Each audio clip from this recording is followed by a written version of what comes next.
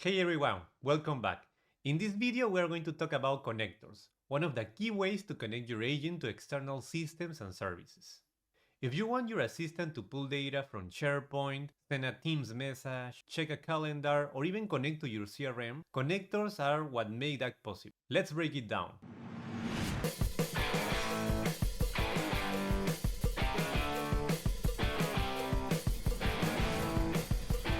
So, connectors allow your agent to talk to other systems, whether it's Microsoft 365 services or third-party platform. They are part of the tools component, and they are perfect for simple, direct interaction with external data or apps.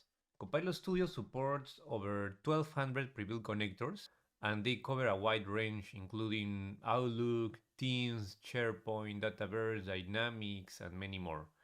And if none of the pre-built options fit you what you need, you can build your own custom connector to connect to any REST API and then reuse that across multiple agents. So in short, connectors give your agent access to the outside world, and they are quick to configure and essential for almost any real-world use case. Now let's head into the demo so I can show you how to configure a connector. So let's explore how to use tools in Copilot Studio. To do that, we can go to the Tools section and click on Add a Tool, or we can go to the Tools tab, and from here let's click on Add a Tool. This will open a window with a list of connectors that we can use. These are the same connectors that are available across Power Platform. So if you create a Power Apps or a Power Automate and want to select a specific connectors, these are the same type of connectors that you will find.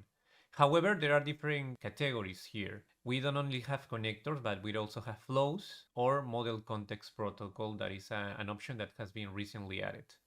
By now, we will focus on connectors. In this case, I'm going to select a very simple connector, which is the Office 365 Outlook Connect. When I click here, this will open a list of actions. The most simple one is to send an email. So I will choose that just for you to know how to use connectors. From here, I will just click on Add and Configure. So there are some properties that I can configure, including the name and the description. This is relevant for the agent to know how are you planning to use this specific connector. In this case, we are going to use this connector just to send an email message, but you can configure a different description. For example, let's say that you will use this action to send a welcome email to a new hire, right? Or to send a notification to the HR department. So it's important for you to provide a good description for the agent. The same is with the name. The name is also important because it's used by the orchestrator of the agent to determine how to use this particular action. On the other hand, we have additional details. Here we have this option, allow agent to decide dynamically when to use this tool. We will keep this marked as checked. And this is important because we are telling the agent to decide when to use this particular connector or tool. Then we have the inputs.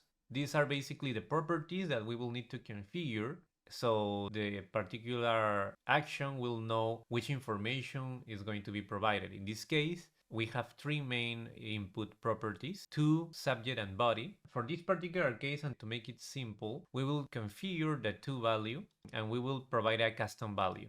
And here we will specify who will receive this email. So I'm just gonna copy my email. Perfect. And for the case of the subject and the body, this is something that we will provide through the chatbot, through the conversational experience. So the agent will ask for these two properties or parameters to be provided.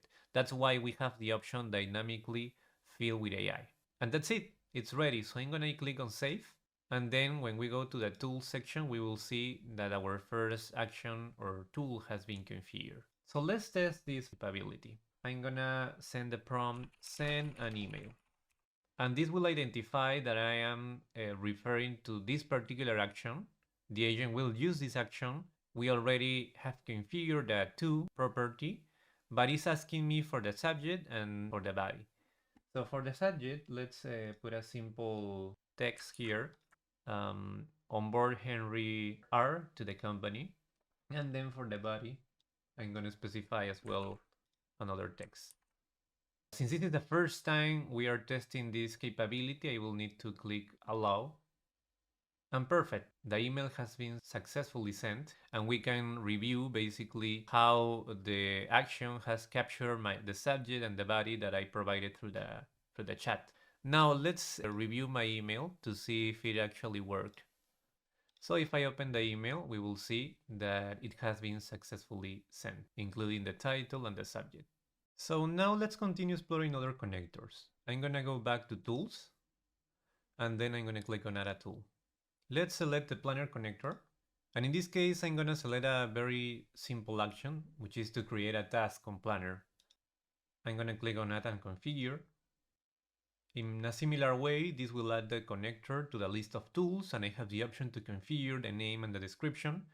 However, in this case, we are going to keep the same information because we are just testing a very simple scenario. What we need to configure is the specific input parameters. First, we need to configure the group ID, the plan ID, and the title is going to be a dynamic value. So in this case, I'm going to change the value here to custom value. So the group ID represents a specific Teams or SharePoint site. Typically, on Planner, you create a plan, and this plan is assigned to a particular SharePoint site, a particular group, or Teams channel. So in this case, I previously created a SharePoint site that is the new employee onboarding site. And for this site, I created a plan. So I'm going to select custom value for the plan, and I'm going to select employee onboarding. That's the name of my plan. Actually, we can see the plan, the plan I created previously.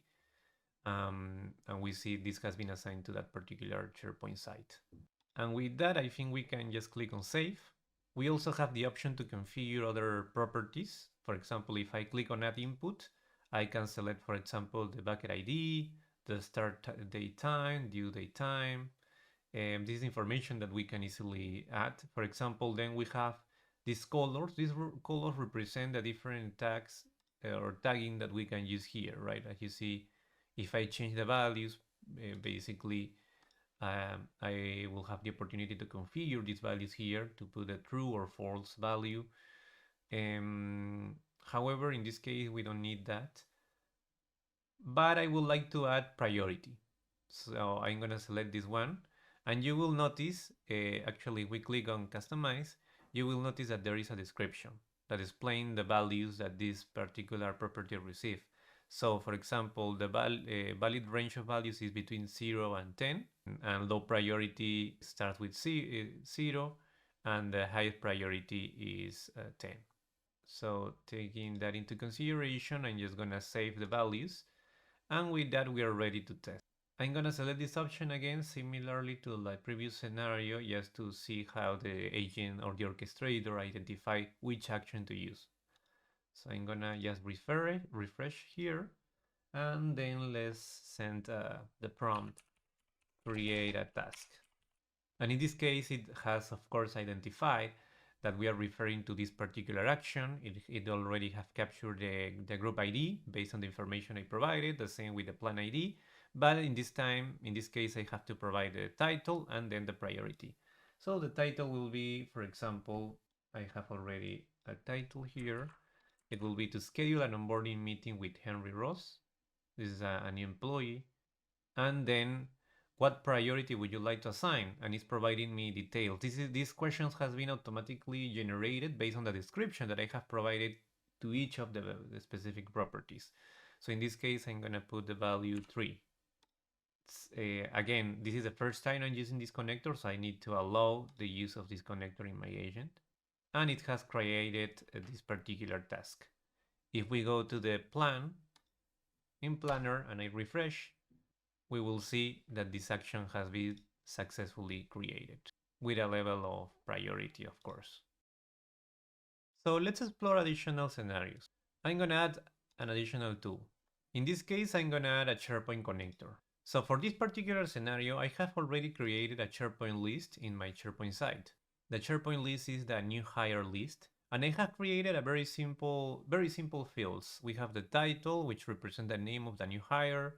We have the new hire email, the role, department, manager, and manager email. All of these are single text fields, so it's a very simple scenario. So I'm gonna implement a couple of actions. One is gonna be to create new records in this list, and the second one is gonna be to get information from this particular list. So let's go back to Tool, and we have several actions that we can select from this list.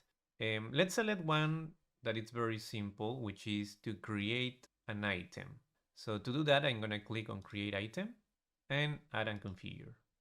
So in this case, since I am creating or registering new hires, I'm gonna replace the value of name and description. So for this case, I'm gonna put the name register a new hire, and I'm gonna update the description. This is gonna be creates a new item in the new hires SharePoint list.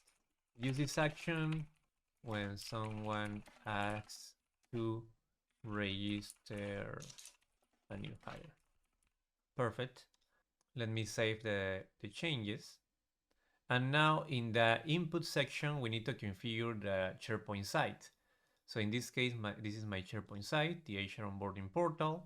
I need to select the list name. So I'm gonna click on custom value and select the list. My list is the new hires list. Perfect.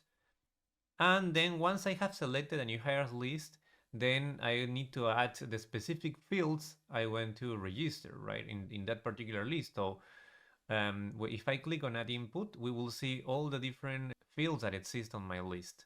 So in this case, for example, let's select the title. Let's also select other fields like the new hire, email, the role, department, and also the manager name and manager email.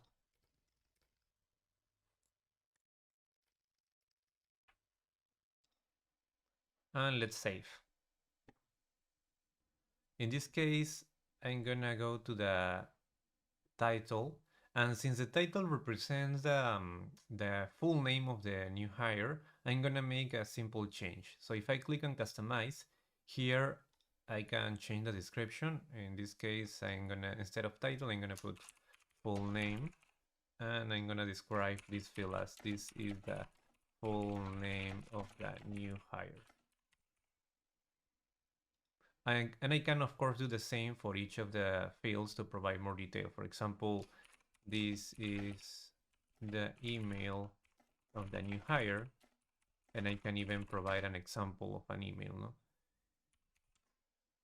So it's a best practice to configure the description of each of the fields. So when interacting with the agent, this will create a question for us, providing more context. So for example, in this case, it will be this is the role of the new hire example, and I can provide different examples. Software engineer, data scientist, analyst, etc. And let me do one more change in the department.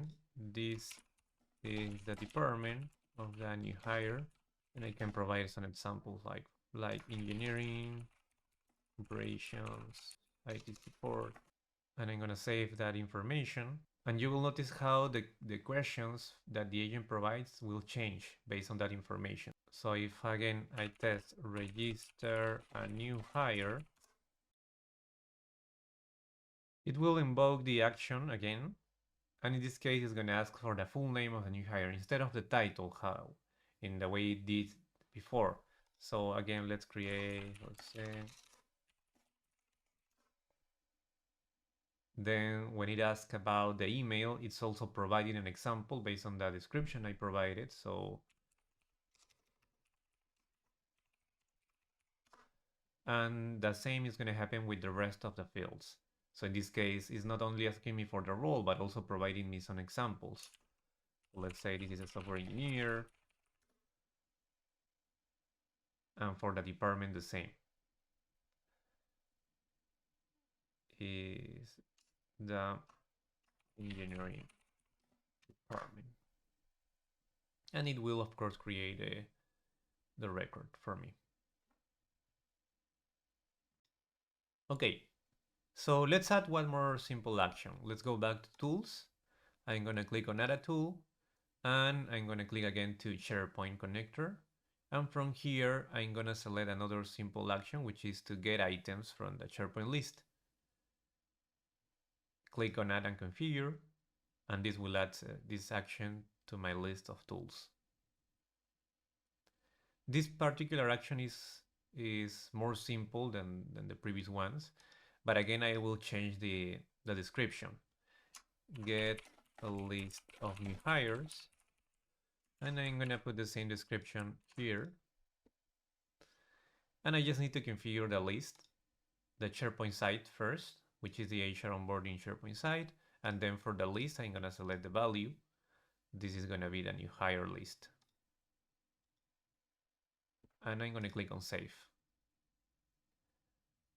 I also have the option to configure other properties here. For example, if I click on add input, you will see other properties like the filter query. So if I just want to list a group of new hires, or only the new hires that are on a specific stage of the process, or filter by role or by manager, I can use this property to configure those filters. I can also determine the order.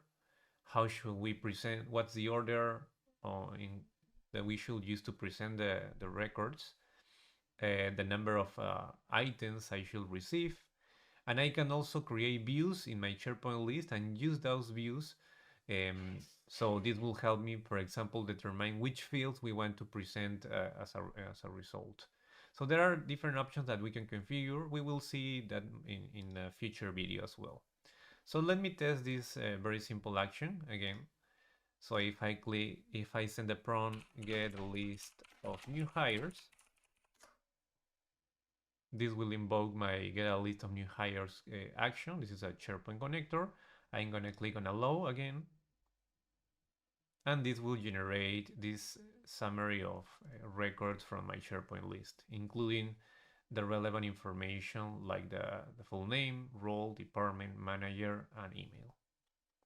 It has been automatically generated for me, and I didn't have to provide any additional instructions more than the ones that I provided to the agent at the very beginning. That's how connectors open up a whole world of possibilities, letting your agent go beyond just answering questions and actually get things done. Next, we will dive into topics, the core of structured conversations that help your agent guide users step by step. If you're enjoying the journey, make sure to like, subscribe, and drop a comment. I would love to hear how you're planning to use connectors in your own agent. See you in the next one.